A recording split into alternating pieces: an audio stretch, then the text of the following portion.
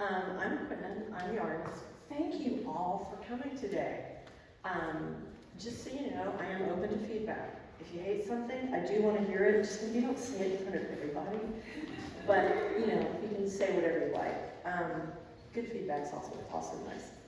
Our pastor, Sean, who's the pastor of this church, asked me to give a talk about movement and synchronicity, which didn't exactly end up happening. However, I went ahead and did one for this because I think it's really relevant to the artwork. Just to take a moment to define, movement is the act of changing position, can be physical, social, political, societal, steps towards change. And synchronicity is a coincidence that feels personally meaningful, like a message maybe that you didn't expect. And Carl Jung had the concept of meaningful coincidences as being synchronicity. And synchronicity as a word wasn't used very much until he brought it forth. So, this is the year of the fire horse. This is the Chinese Lunar New Year. As of the 17th, we are now in the year of the fire horse. So I looked this up, and this is from National Geographic. Just a couple of fun facts. As Lunar New Year celebration began around the world, 2026 ushers in the year of the horse, a symbol toward forward movement, independence, and endurance. This year ushers in the year of the fire horse, a rare, blazing return that only comes once in every 60 years. So in addition to cycling through the 12 signs of the Chinese zodiac, the lunar calendar also rotates through the 5 elements: earth, wood, fire, metal, water. And so while the animal rotates every year, the element rotates every 2 years. So it's 60 years before we will have another year of the fire horse. So this is, in a sense, rare. And it's our last. And for many of us, it will be our last one. I think so. Because I'm probably not going to live another 60 years. This galloping animal symbolizes strength, grace, endurance, loyalty, freedom, and success. Its strength, as Jonathan Lee, who's an Asian studies professor at San Francisco State University, explains, represents possibilities for personal growth and success. The fire horse year favors decisive action and independence while also warning against impulsiveness. The fire horse shares the horse's traits: power, stamina, independence, loyalty, prosperity. But each trait is amplified by its combination of fire, the most volatile. And the aftermath of fire is growth, he says. This means there will be many opportunities for growth, so individuals are encouraged to push forward with personal goals, embrace change, and endure. I was kind of glad to hear that word. Endure the process for ultimate reward. Bold action and risk taking. Now, I didn't set out to paint horses because this is the year of the horse. That is synchronicity, in fact. And that's what this year symbolizes, and it's what this work has come to mean to me. So let's focus on movement and synchronicity in the work that you can see here. As you can see, it has a lot to do with movement, and those of you who know me well are aware that sitting still is not my forte. I would rather move.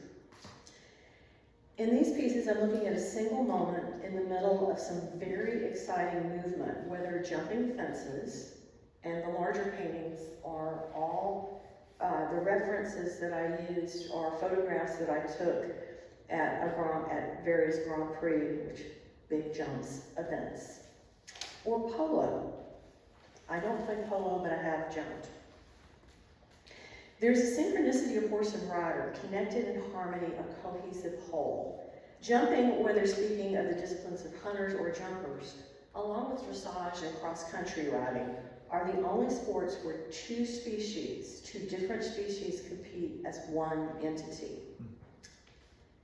And at horse shows, where there's a Grand Prix event happening, usually Saturday afternoon, The other riders who are not at the Grand Prix level, like me, typically go and watch these riders go over 4 and 5 foot jumps, holding their breath as they observe each obstacle being cleared or not.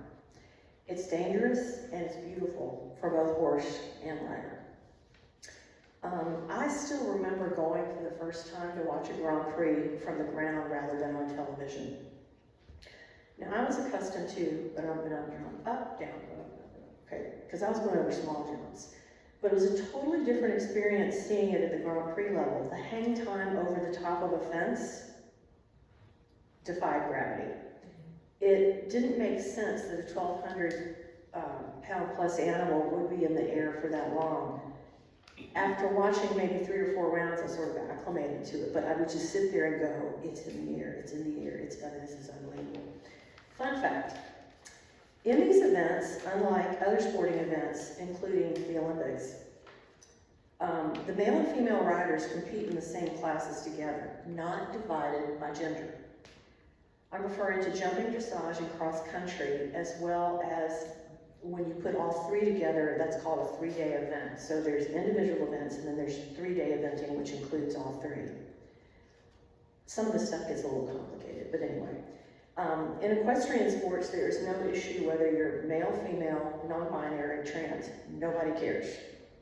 What they do care about is if you get over the fence.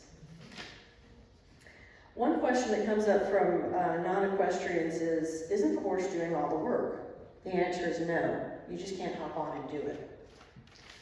Both the horse and the rider have gone through years of training. It requires enormous skill on the part of both.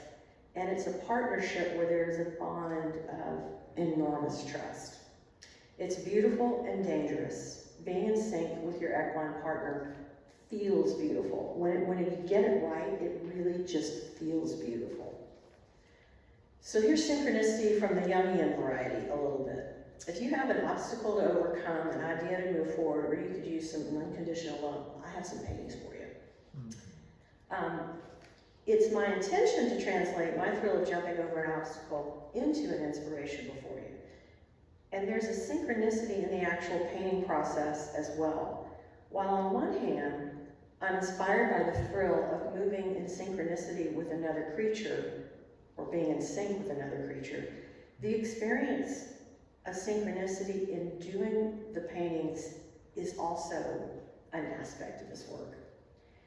So, in response to a critic at an early Impressionist exhibit, Renoir said, "What are we supposed to do about these stupid literary people who will never understand that painting is a craft? You make it with materials, not ideas. The ideas come afterwards when the painting is finished." Now, if I understand his meaning correctly, many of us create a painting with skills and intuition and only later understand, quote, what it's about. I believe that I'm sort of like a vessel that channels what comes through. And so it's my job to hone the language of line, shape, form, texture, tone, color, learn how to paint, learn how to draw. But at this point, most of my responsibility is to stay in sync with whatever is coming through me. So I express with my guts and my fingers what I'm feeling, and over time, a painting emerges. The experience is not unlike a sculptor carving away to find what's underneath. Only with painting, you can add and subtract, which I really like. And you sort of add and subtract until you find out what's there. So when I paint, I'm in the process of discovery and experimentation using my energetic strokes, layer by layer, to see what emerges. I paint what interests me. And if it comes to have some other meaning, great. It was only after I did a lot of inner work that I came to understand both my mission in life, or what I think it is, at this time, is to encourage others to move forward. And the feedback I've received from viewers is that this work is about energy, movement, overcoming obstacles, pivoting, flying, and looking ahead. Now, that sounds good to me. And perhaps what that artwork I've crafted and intuited might be about. But as Clifton Fadiman said about T.S. Eliot, the poet, Trust the artifact, not the artist. So what you see is up to you. It's not right or wrong. There's actually an organization called VTS, which is visual thinking, I think it's visual thinking strategy. And it's a way of looking at artwork that is encouraged by docents. And I believe they do this at the Dion with their docents. It doesn't matter what you do or don't know about art history. It's all about what you see, what you experience. Anyway, thank you. And if you have any questions, I'm happy to answer them. Otherwise, go eat. Thank you. I wondered, I was looking at a painting such as that, Mhm. and do you take